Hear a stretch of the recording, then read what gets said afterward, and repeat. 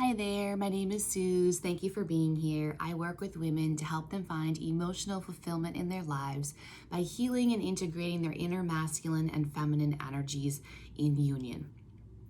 Have you ever heard of confirmation bias? I'm curious. Have you ever heard of confirmation bias?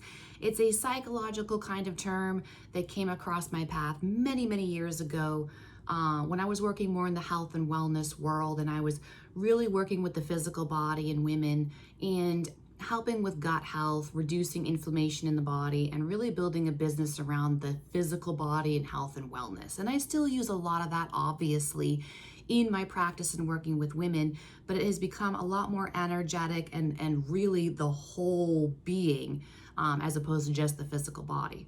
But confirmation bias still comes into the picture here. Confirmation bias has to do with the mind. It's a psychology kind of a thing, so that falls under the category of masculine energy.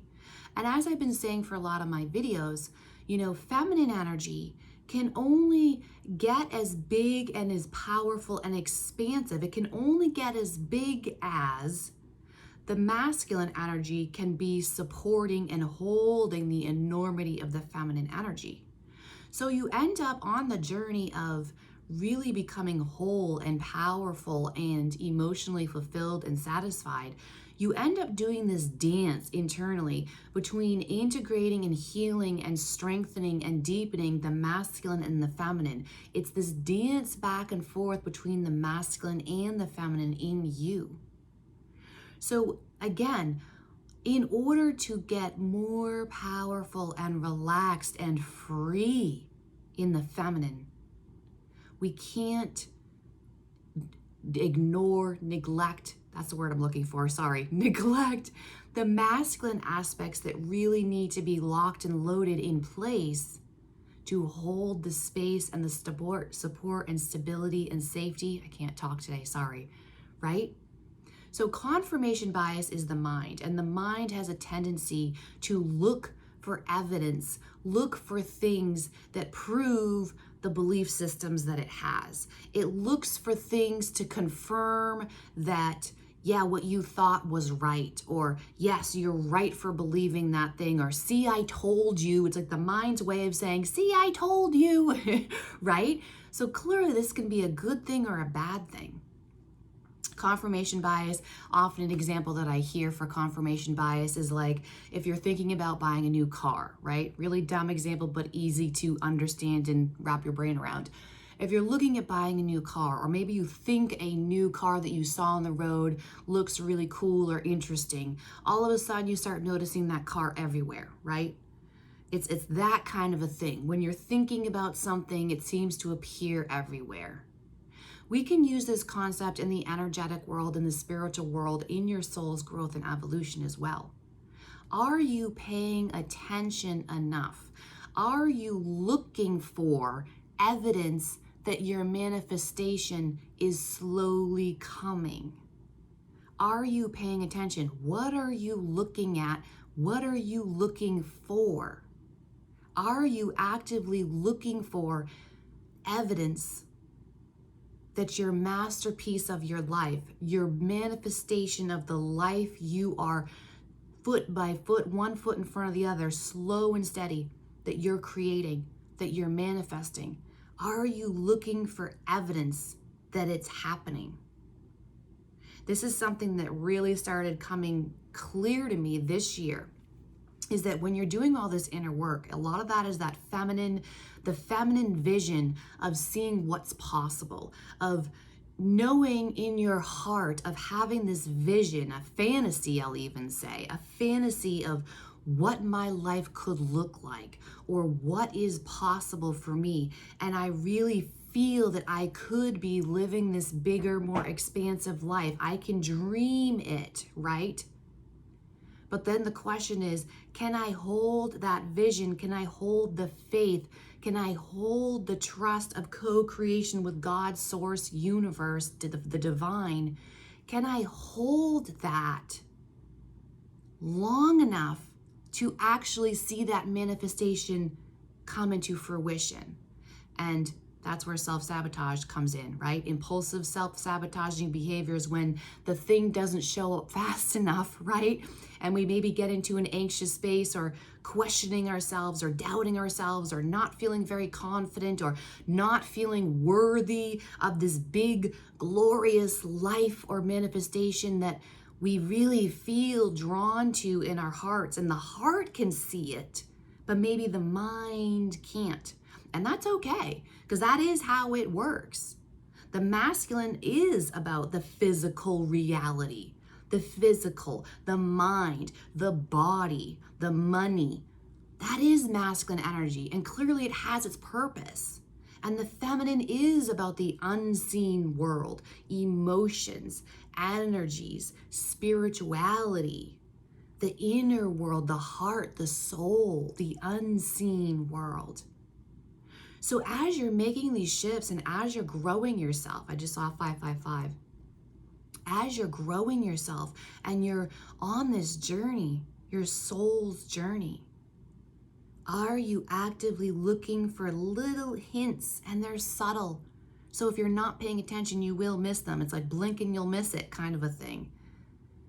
Are you looking for all the evidence that your little seeds that you're planting, the faith that you're holding for yourself, that they're sprouting? Oftentimes I see it in the people around me, my most intimate relationships that I have. And it's so rewarding and fulfilling when I'm working on myself and my focus is on myself and I'm bringing the attention and the responsibility to myself and how I'm responding in my life and how I am choosing to actively create the foundational building blocks for the life that I want. And then when I see someone else who I'm in an intimate partnership with, they reflect back to me something that is aligned with the things that I've been quietly, internally shifting within myself. That is manifestation. That is evidence that the big manifestation is making its way towards you. Are you looking for those shifts? They're so subtle. They're so easy to miss. What are you looking at? Are you looking at the things that you don't like and they feel like they're just never changing, and maybe you feel stuck in those dynamics or those situations or whatever it is, the stuck energy? Are you only seeing that and looking at that and focusing on that? Or are you looking for those subtle little shifts externally that show you your manifestation is coming, giving you evidence? Someone, again, and it's so often that's where I see it. And it's so beautiful because that's not my intention. It's not my intention. It's not my responsibility. It is not my journey of anyone else, of what they choose in their life or what they're doing. My responsibility is myself. But so often, if we're looking at everything in our life as a mirror, I often see the evidence of it there first, where someone is showing me more love, or someone's showing me more kindness, or someone's showing me something different that they hadn't shown me before, or maybe they hadn't shown me in a while if I'm looking to repair a relationship, right? Are you looking for these slight little physical things, the gifts?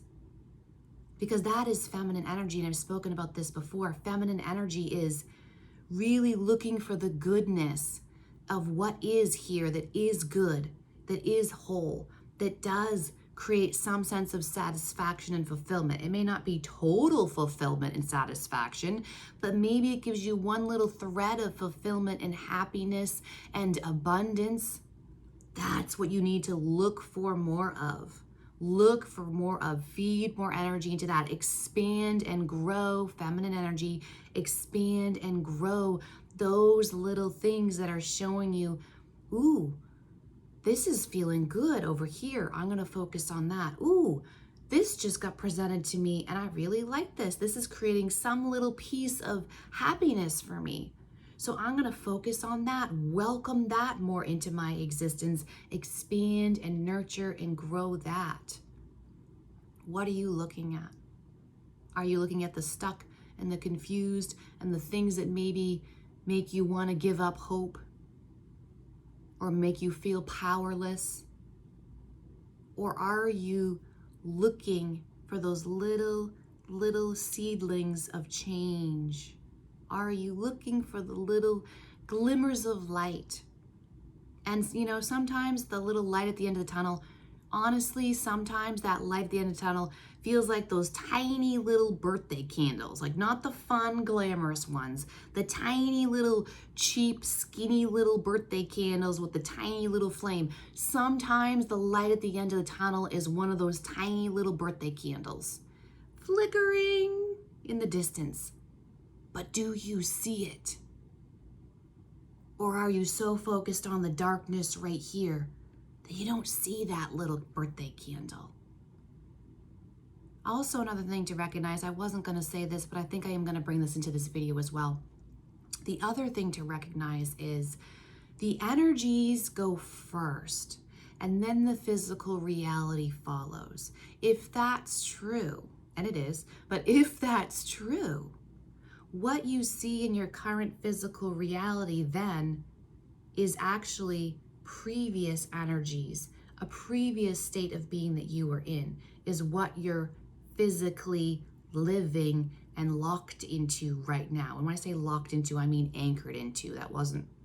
Don't take that the wrong way. That could be taken in a negative connotation.